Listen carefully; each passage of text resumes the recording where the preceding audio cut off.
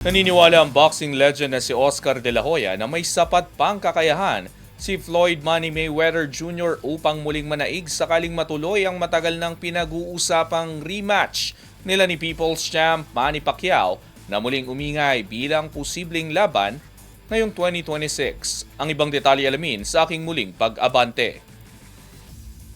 Naniniwala ang boxing legend na si Oscar De La Hoya na muling mananaig si Floyd Mayweather Jr. sakaling matuloy ang matagal ng pinag-uusapang rematch nila ni People's Champ Manny Pacquiao sa 2026. Muling uminit ang usapin ng ikalawang laban ni na Mayweather at Pacquiao bago matapos ang 2025.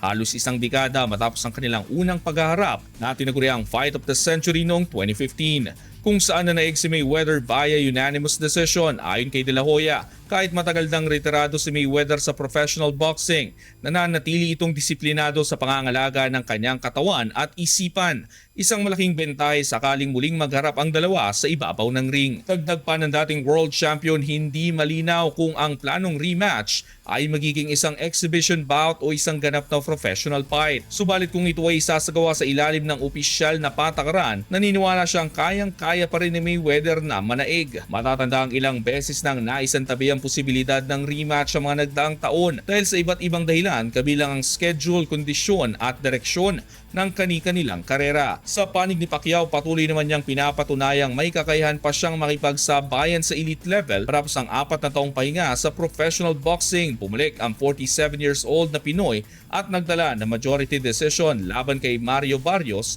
ang reigning World Boxing Council welterweight champion noong July 2025 sa Las Vegas. Isang laban na ayon sa ilang tagapagmased ay maaari pang pumanig sa kampo ni Pacquiao. Habang wala pang opisyal na anunsyo ukol sa Mayweather-Pacquiao 2, patuloy na nananatiling sentro ng usapan sa mundo ng boxing ang posibilidad ng rematch ng dalawang alamat na minsang naghari sa kani-kanilang henerasyon. Ako si Sus Valdez, Abante Sports, nauna.